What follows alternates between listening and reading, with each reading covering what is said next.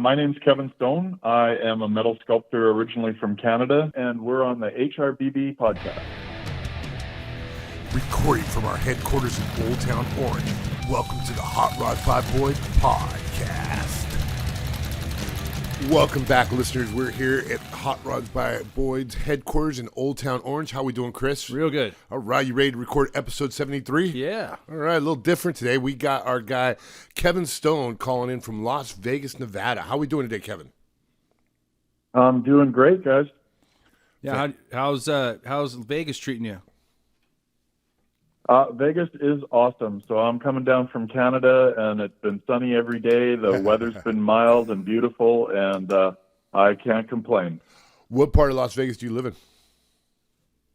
I'm up in Summerlin, just under the mountains. I know exactly where that's at. I have a friend that lives in that area. I love it over there. Yeah, that's cool. Yeah, I love it too. It's a quieter part of Las Vegas, and it's beautiful here. We absolutely love it. Yeah.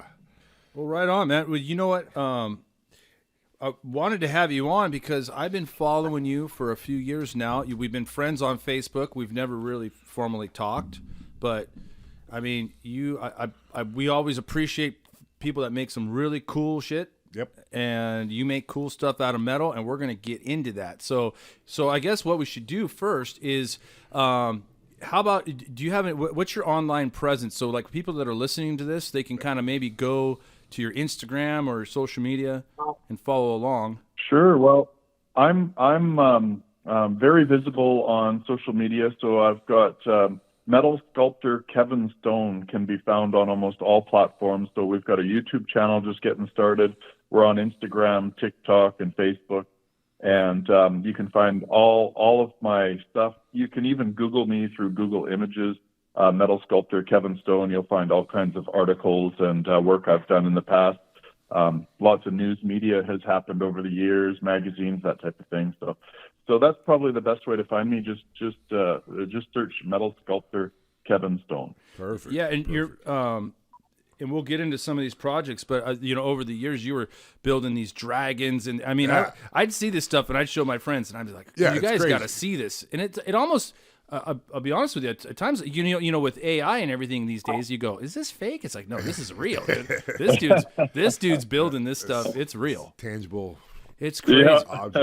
Like people don't understand. A lot of people, they hear, metal sculptor, and they think I'm building little yard ornaments and things like that. But Yeah. most of my projects, all my big projects have been close to 2 years undertaking for each project, and then some of my smaller ones anywhere from 3 months to a year. So they're very persevering projects, I guess you could say. I bet, man. To conceptualize some of those things, just that's an undertaking in itself, man.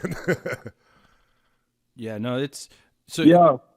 So I do all these projects. It's just me and my wife, and it has been just me and my wife for many years. And then I did my artwork for about 10 years, full time doing my big scale artwork.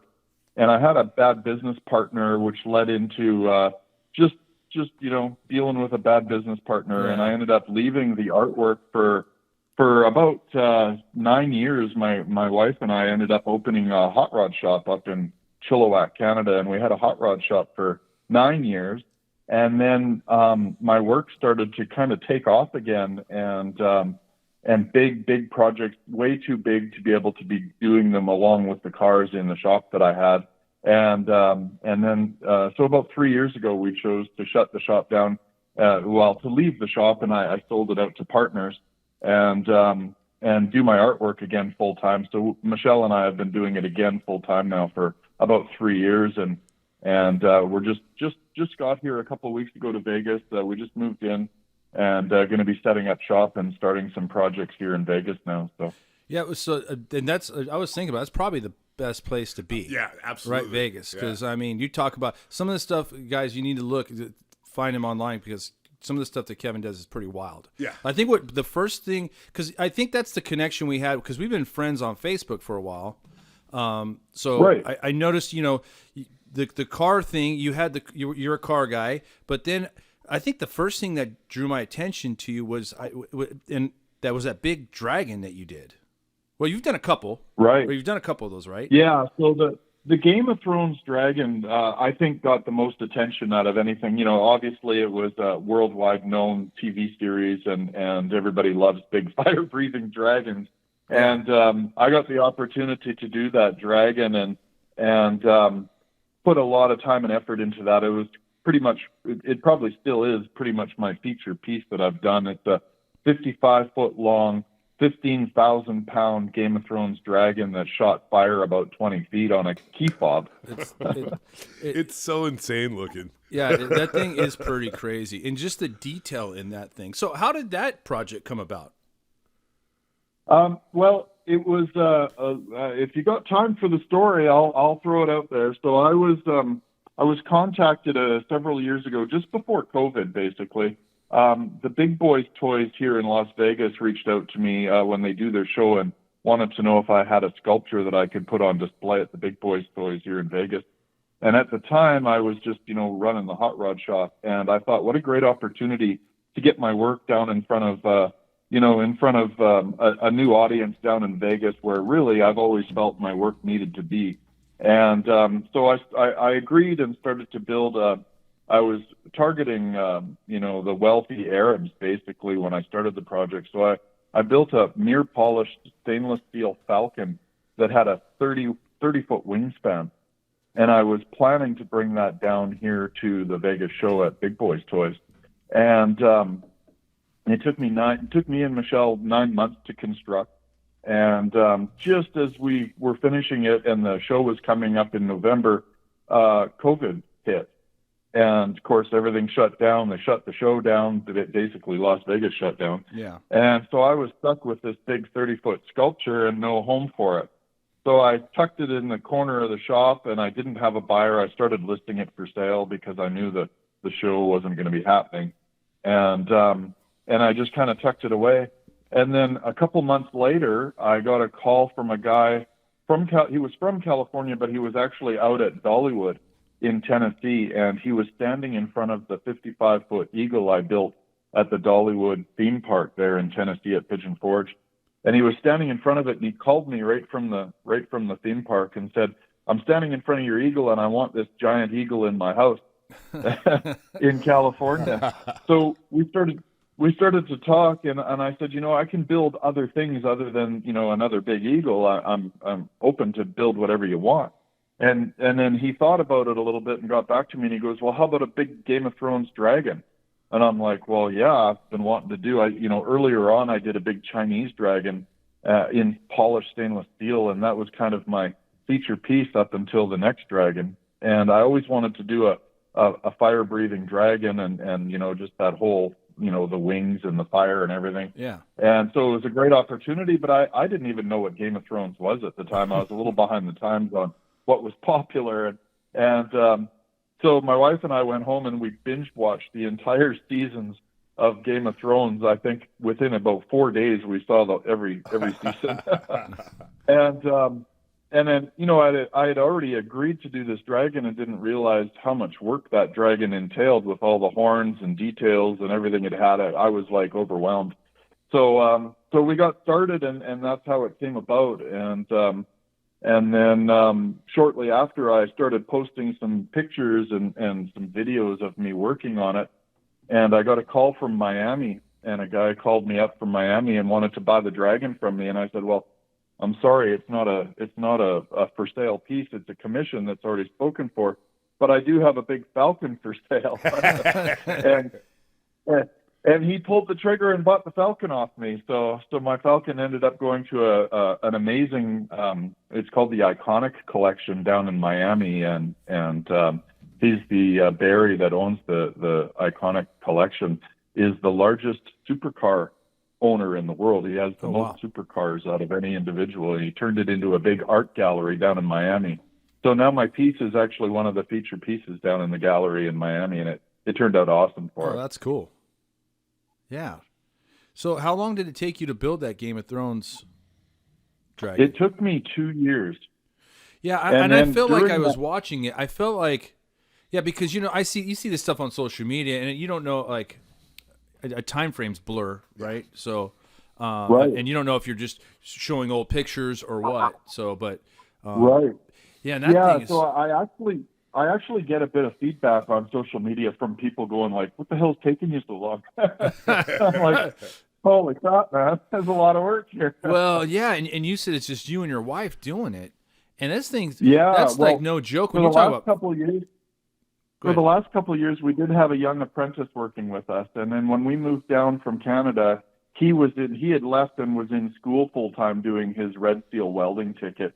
And I'm in the hopes, I don't know if he will or not, but he was talking before we left that he might come down and continue working for me if I get another big project like that. So that would be great because he's been a wonderful employee and a smart kid and works hard and learns and absorbs the work. So it's nice to be able to pass down my knowledge to somebody that, maybe in the future can even take over for me while I'm getting a little older and kind of worn out with all the tooling, Well, yeah, and you talk about that thing, being 15,000 pounds, being what 55 feet across. Yeah. Like, Yeah. there's some engineering involved with that, right? Just to Slightly, yeah. Oh, yeah. I mean, yeah. So my background, I started my apprenticeship. I was a tradesman from just, I went to college at about 19 because I really didn't know what I wanted to do. And some friends of mine were working in the welding industry at the shipyard in Victoria, Canada. And they were making good money. So, I was broke on the weekends and they were out enjoying life. So I wanted to make the money they were making, and they were all in the union shipyards and stuff. So I went to school, I went to college and did my 3 years of welding courses. I did my level A welding and started in the construction industry and shipbuilding industries when I was young. And I did that up until about when my kids were born in my late 20s.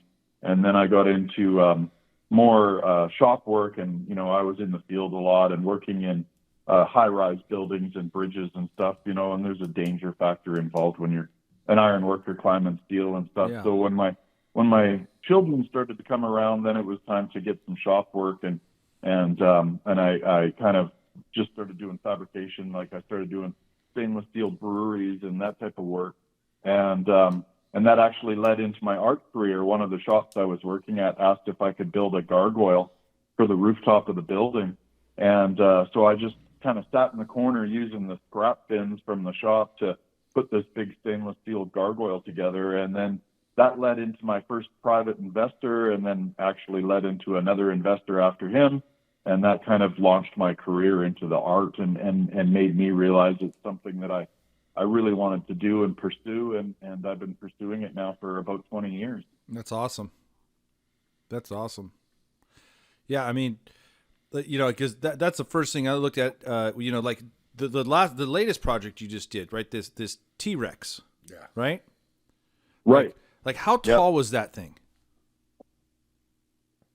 Well, I wasn't really sure, so that was a pretty stressful project for me because he was bigger than my shop, and I didn't have the ceiling height to be able to assemble him in my shop. Oh, wow. Yeah, because I'm sitting there looking at that thing going, man, what's the structure on that thing? Because that thing looks pretty tall.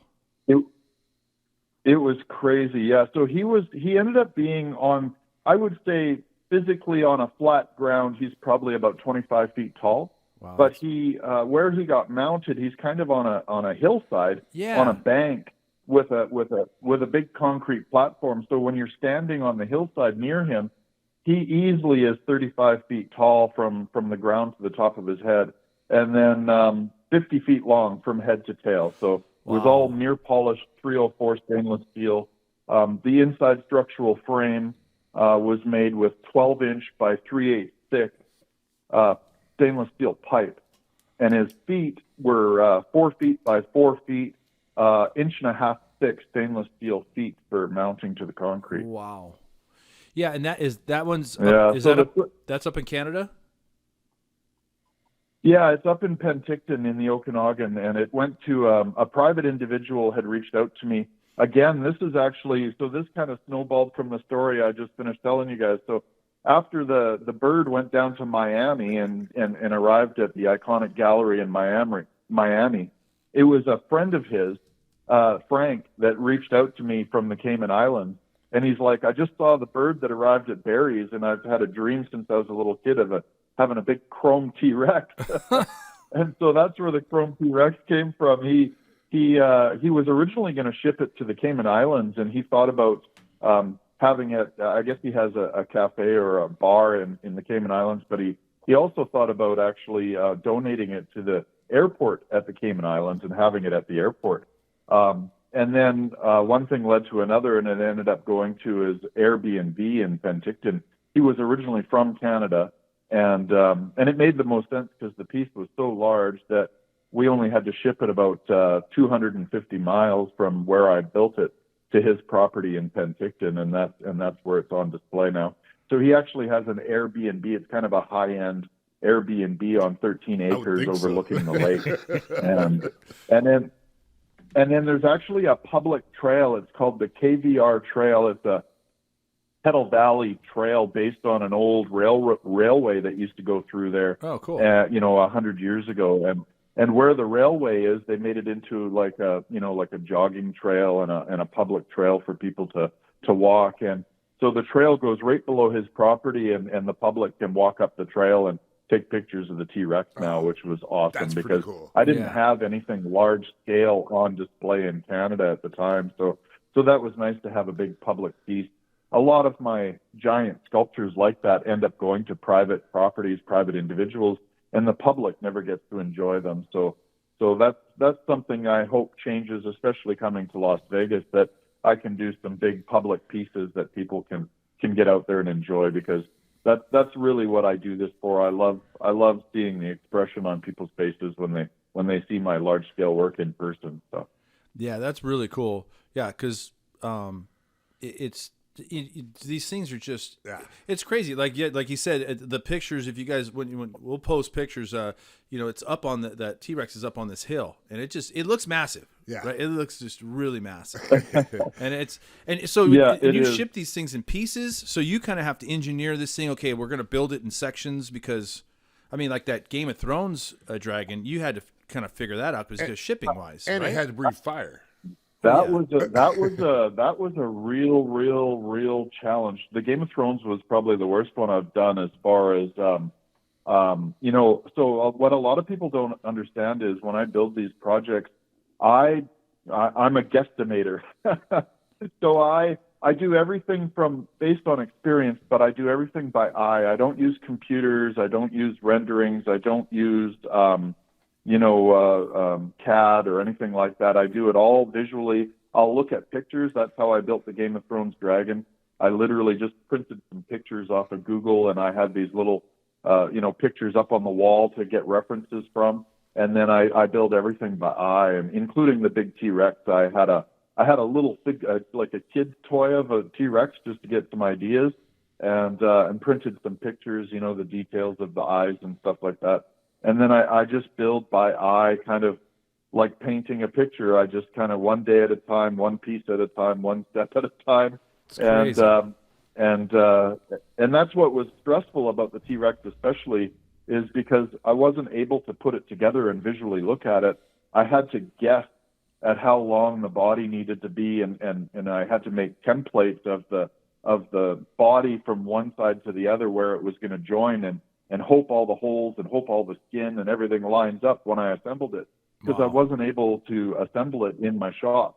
So I was able to put the tail on the legs and kind of have the lower body done in my shop. But once the chest and belly and head, that was all one section and in front of the legs on my shop floor, and I wasn't able to attach them because I just didn't have the height to be able to do it.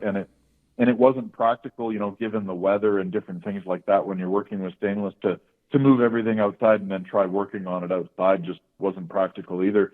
So I literally made a big cardboard template of the it was like a gasket, I guess you could say, kind of like a gasket that would go in between the two halves and make sure that it fit the two halves perfectly. And then once we delivered it on site, it was just something none of us ever got to see. We when we bolted it together, that was when I literally went for about a 200-meter walk just so I could stand back and look at it for the first time. And that's kind of cool.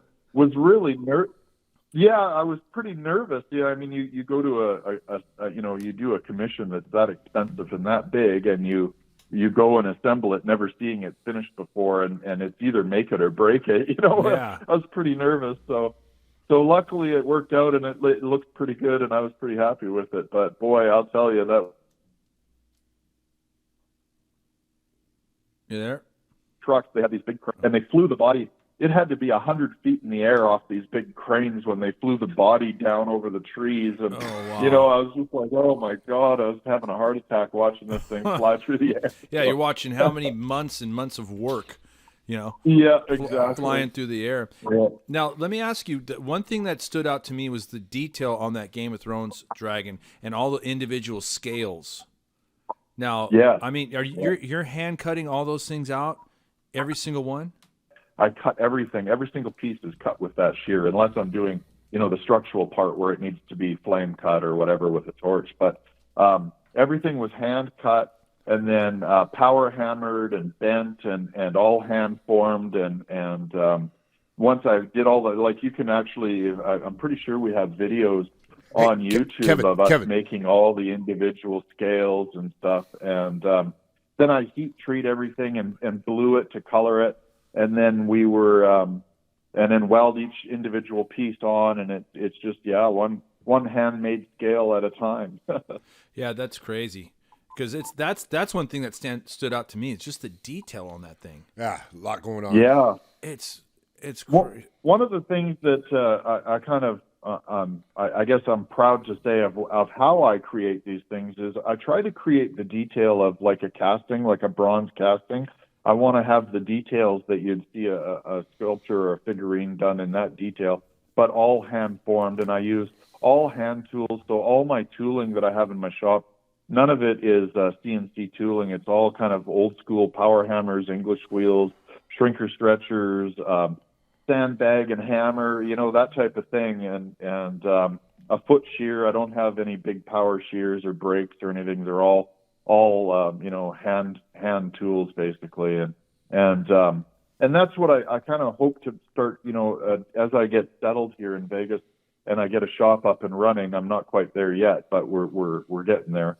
I'm going to start teaching some classes in kind of that traditional metal shaping and old school hammer forming, buck building, body panel building, the way they built cars back in the day, and the way they used to shape metal. And I hope to encourage that era of trade and keep it going, because it's becoming a lost art. And some of the old timers that were masters at it are passing away with all that knowledge. And I've been doing it a long time now, and I hope to continue that. And if I can pass my skills down to as many people as I can before I can't do it anymore. So that's kind of what I'm looking forward to once I get up and running too. So yeah, that's awesome, because I mean, we get so caught up in this technology thing that it's going to take over the world and all that, but all these things need to be built by hand.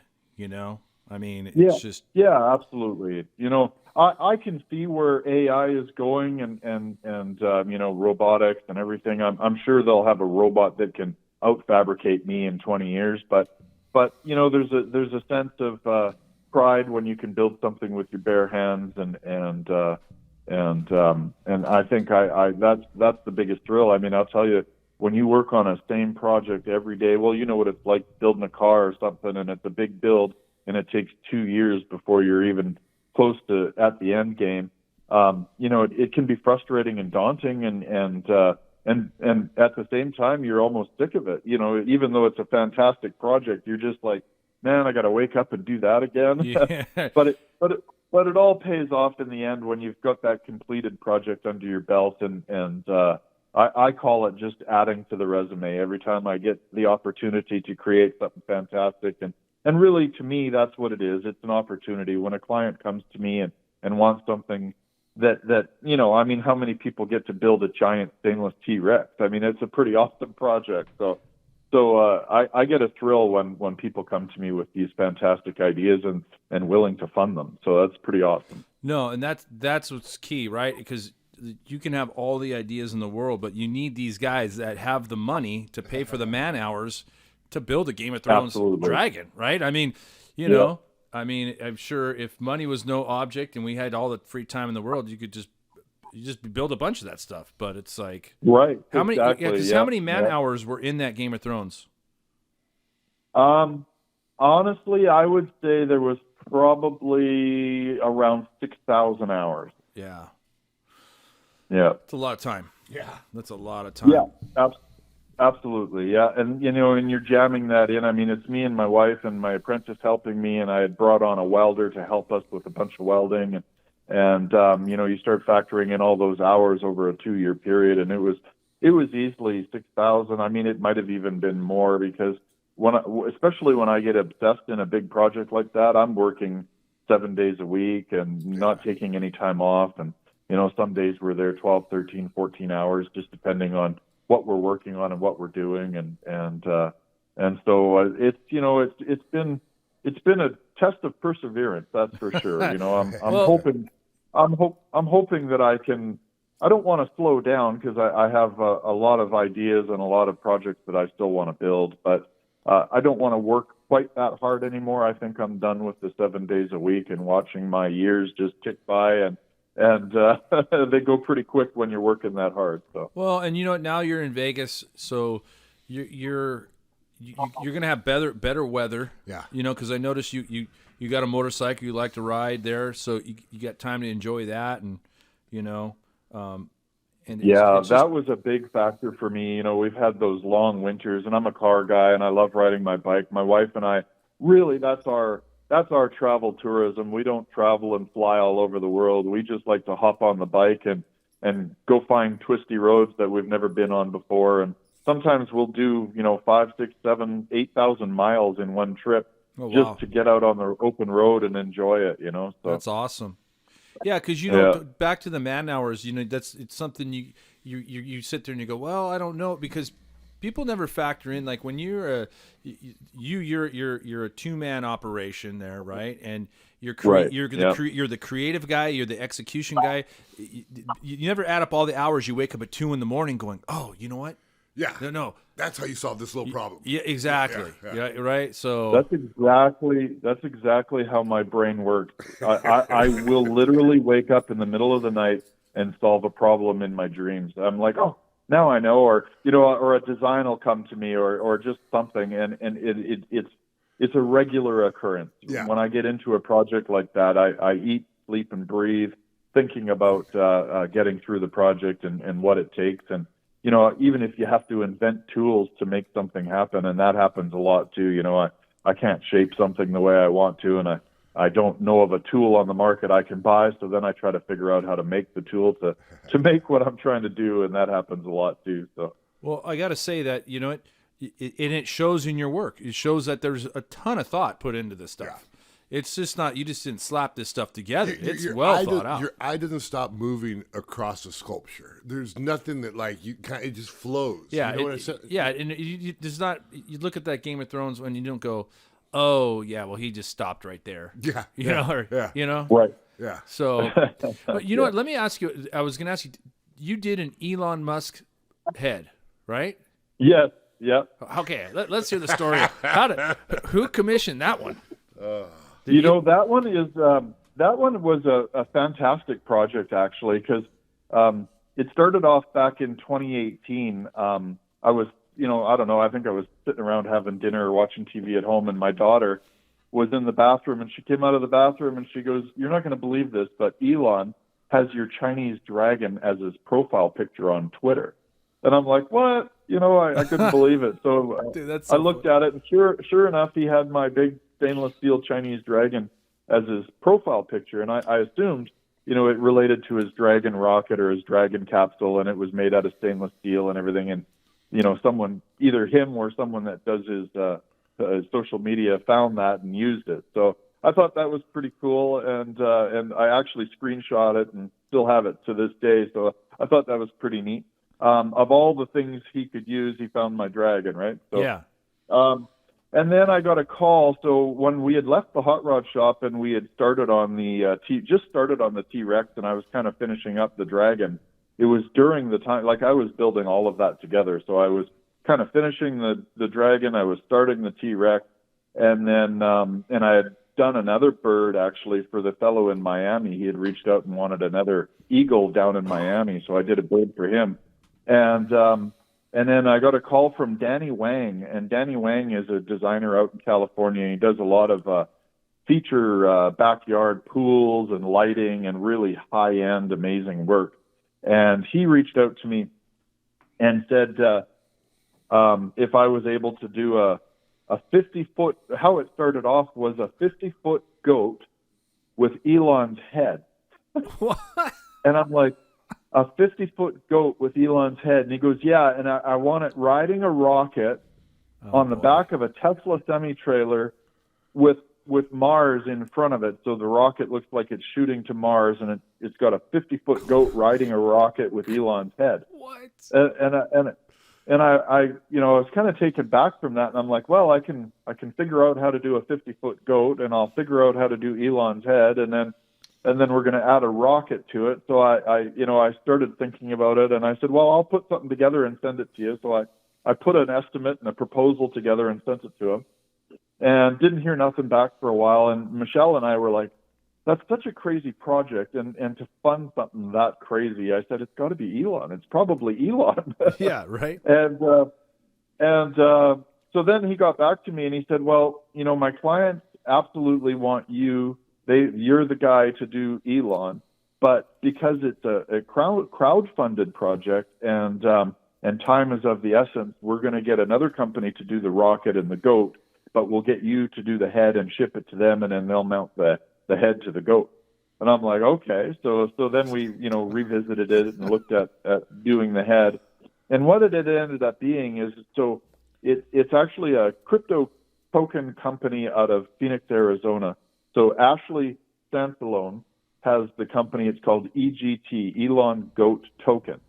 And, you know, at the time when this all first happened, crypto was actually kind of rocking, and it was doing really well, and there was nothing going on with crypto. It was really doing well. And so we were pretty excited to be involved in this crypto token. I knew nothing, absolutely nothing about token or Bitcoin or anything like that when I started that project. I honestly hadn't even heard of it. So it was pretty new to me. And then I, you know, started to learn about, you know, once I found out it was who it was for, and it was for the guys launching. They were about to launch. They hadn't even launched their coin yet, but their idea was to dedicate a coin to Elon and call it the GOAT, which is the greatest of all time, was the platform behind it.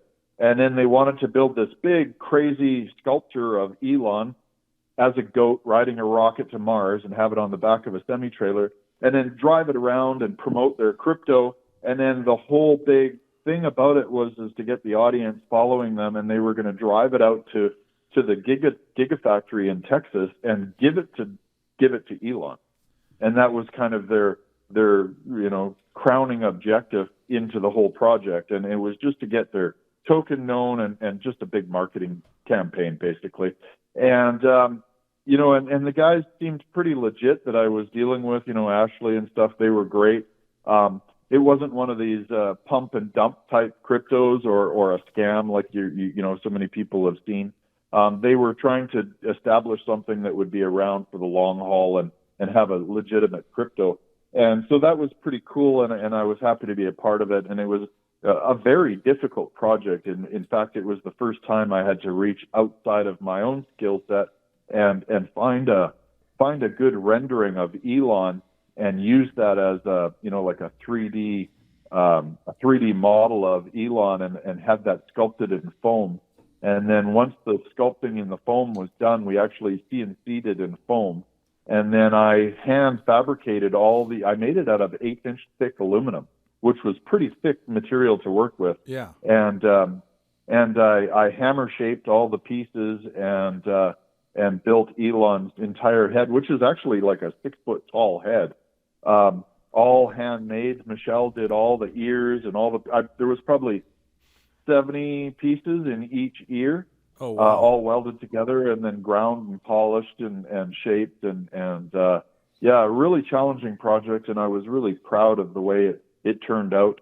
And it was the best publicly publicized piece that I've ever been involved with, because it actually made international news. It was on CNN and Wall Street Journal and, all the local media, right across the U.S. And I've seen it in the news in Israel and Turkey and Africa. I mean, it was amazing. I was on podcasts and talk shows and morning shows and everything with that. So it was a crazy project. And if anybody wants to look it up, they can just Google Elon Goat Token and Google images of it, and you'll see the entire project. And it was a pretty crazy looking project. And they're actually, they were recently out in California when Tesla did a big Tesla event for their cars in California. They brought it out and had it on display. And I think they still have some marketing ideas where it'll be out on the streets and driving around, over the summer and stuff. So that's funny. That's I mean, it's just crazy looking. A random project. Oh yeah, someone calls you with that kind of detail, and you go, "Come on, is this real? It can't be real." But yeah, dude, yeah, what a trip. The rocket shoots fire and plays music and does all kinds of stuff too. So okay. I'm looking at it now. If I got a picture of it. Oh, that's so funny. Yeah. So there's the rocket. It's the craziest looking thing, and that's I mean, I don't know if I could tell that's a goat. Oh, that that doesn't look like it didn't. In my opinion, I hate to say it, but the goat body didn't really look like a goat, in my opinion. No, From it looks a like distance, a wiener it dog or like something. Or a seal or something. Yeah, like a seal. But you know what though? Maybe I might be looking at one is it completed? I don't know if the body's completed on the one I'm looking at. Well, they did it. They did it in a that layered form, which really didn't have a solid body to it. Oh, okay. But it does actually. It does look good lit up at night, because you don't see all the layers as much, and when you see it all lit up with lighting and stuff, it looks pretty cool. Oh, well, they Kevin, even took it through Rodeo Drive in Beverly Hills. Oh man! Well, I got to tell you, the head is the best looking part of that thing. Yeah, definitely. Right? No, so the head's funny, really cool, but like that's just trippy. It's pretty crazy. I mean, that's a lot. That's a lot of detail on that thing. I'm surprised. Yeah, that's so funny, man. Wild. I mean, it's just people just, and you know what's cool? It's cool that you entertain this stuff, and you're like, yeah, sure, I'll do it. I'll bid it out. Yeah. You know? Oh, it was so crazy, I couldn't say no. Yeah, I mean, I've never, we've had some really weird requests for wheels and stuff, and you go, okay, right? Yeah, like. My thought is like I don't know. A few years ago, some lady wanted heart shapes on wheels, and I just go, okay, let's be more specific. Do you want the spokes to be? Because you could do a simple design with just the windows making a heart shape, right? But no, she wanted these. Yep. She wanted these like 3D coming out of the spoke like hearts, and you go, okay, like. We'll do it. I mean, we did some with like 50 caliber bullets. We did some cool stuff, and I mean, the CNC stuff, it makes it a little easier. I mean, but it's still, I mean, it comes down to like whatever you want to pay for, right? That's right. Yeah, it's all about time and hours, and yeah. Well, that's cool. So I just saw something too. You got a project you're pitching for the Westin?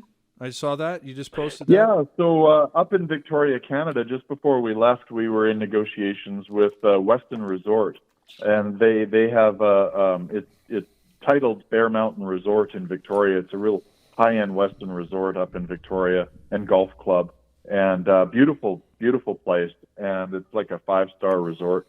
And they have a big fountain, and they asked me if I could do a series of bears for the resort because it's called Bear Mountain Resort. And so we're going to do 4 bears, a big mama bear and 3 bears playing in the fountain. And then we're going to do a family of bears in front of the conference center, which will be visible outside. So it's a mama and papa bear walking with 2 cubs. And then inside, we're going to have some whimsical bears. So we're going to have some bear cubs. There's, I think, 5 of them inside, and they'll be in different areas of the resort. Some will be holding like menus, maybe golf schedules for the golf course. Others will be up on the bar holding serving trays with like lemons and water and stuff in the serving trays. Yeah. So there's 13 bears in total, and they're all going to be handmade in sheet metal. And then I'm going to be coating them and putting a protective coating on them, kind of a black and brown finish. And they're all happy bears. They're all smiley and fun and whimsical type bears. So it should be a fun project. Oh, that's cool. So that's another thing I was going to ask you. So the Elon head was done out of aluminum. So what did you end up coating that afterwards? No, the Elon head was just kind of in a satin finish, and that's how we left them. I think I ended up polishing the eyes, so the eyes had kind of a weird look to them with polished eyes. But we chose not to put pupils in his eyes, and I had thought about polishing him, and they didn't really want that. They wanted kind of more of an industrial finish, just so to kind of keep it like that. But the Game of Thrones dragon was also done in steel, and I was worried about rust and stuff, and we ended up experimenting with a lot of different ways of clear coating metal and protecting metal in the elements, and found out that penetrol, I don't know if you've heard of penetrol, but penetrol is like a oil-based paint additive, and it's getting hard to find in Canada, but I think it's readily available here in the U.S. And it goes on. It's really liquidy. It's very much it's almost like WD or something. It's really kind of like it's not like paint. It's kind of more watery. Yeah. But we brush it on, and then you let it dry, and it actually dries to a finish, and it kind of absorbs and soaks into the surface of the metal. And then you put another coat on it, and it leaves a clear finish. And it's an amazing protectant. I've seen pieces of raw metal, out in the rainforest of the west coast of Canada, and it's out there for years with no rust. So it's an amazing protectant for raw metal. Yeah. Yeah, I'm looking at that right now. So do you put? Yeah. So now the T-Rex? Did you put anything on that? No, the T-Rex is polished stainless, so it just has the natural ability to repel, the weather and grime. And you I don't know if you get it down here, but up in Canada, you kind of get the northern moss side. So if you're on the north side of Canada where it's kind of shadowy, you'll get algae growing on, like green algae growing on stuff. Even roofs will get moss and algae growing on the north side roof. And so if that type of stuff, the weathering happens outside, it's just kind of an easy maintenance of pressure washing it. You could sponge bath it if you really wanted to, but a pressure washer will keep it looking new for longer than we'll be around. Oh, okay, that's cool. Yeah, the finish never really dulls. It's a really durable finish on polished stainless. So that's cool. Yeah, just because in our business of dealing with polished aluminum, that's for years.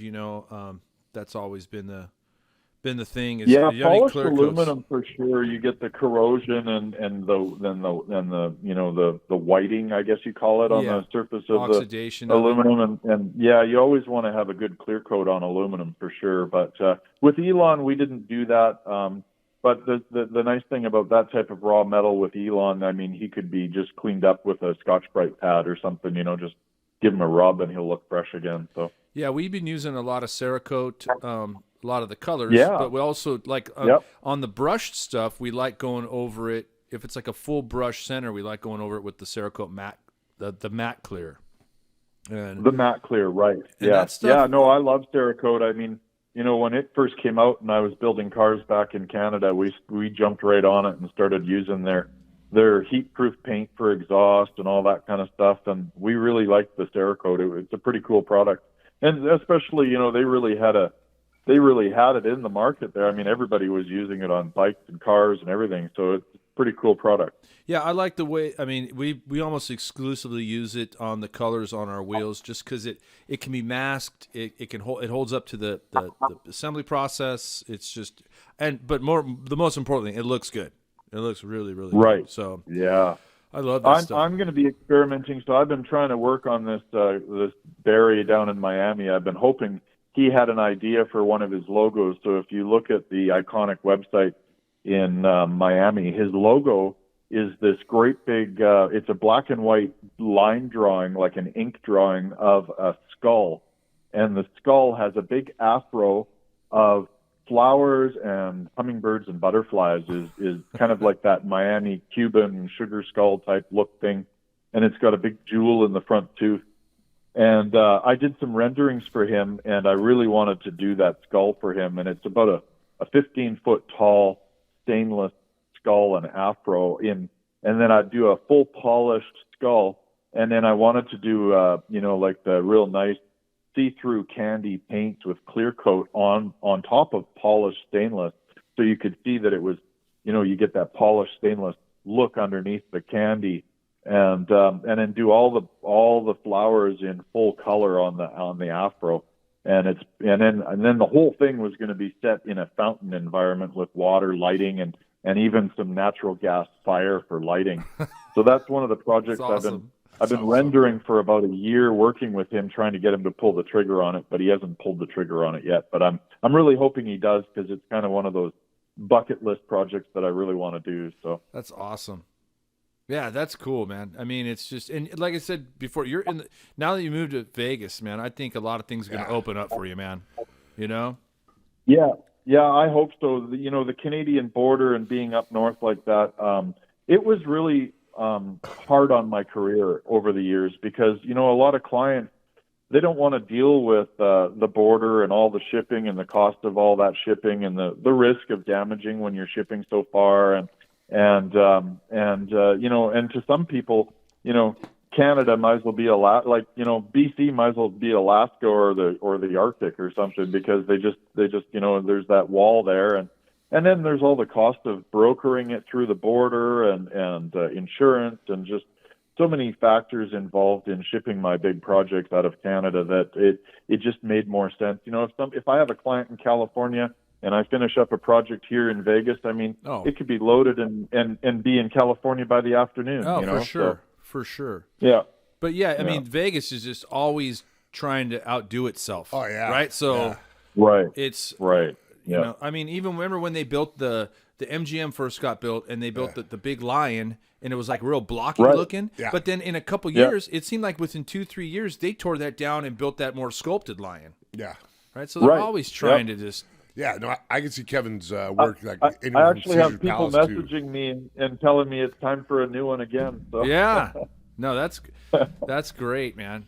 Well, you know what? I'm going out to Vegas to the Raider game here in a couple weeks. Nice. Yeah. Oh, nice. Never been to that new stadium, and it's been a couple decades since I've been to a professional football game. Right. Oh, I know. Michelle and I have a bucket list of all kinds of things we want to do that now that we're here. Of course, one of my favorite things is just to jump on the bike and head up into the canyons of Utah, like Zion and stuff. Oh, it's so beautiful up there. Yeah, it's beautiful, because you can be like in Bryce and Zion, like what, just in a couple hours, 3 hours. Yeah, it's literally like 2.5 hours, and we're there. Yeah, it's amazing. Yeah, like me and my girlfriend are big into mountain biking. So like for the SEMA show, we went out a day early, and we went and riding over there in Red Rock and Blue Diamond area. Yeah. So no, you're in a good spot, man. Well, just beautiful. Love it here. Yeah. Well, you know what? We really appreciate you coming on and talking to us, because it's like we have a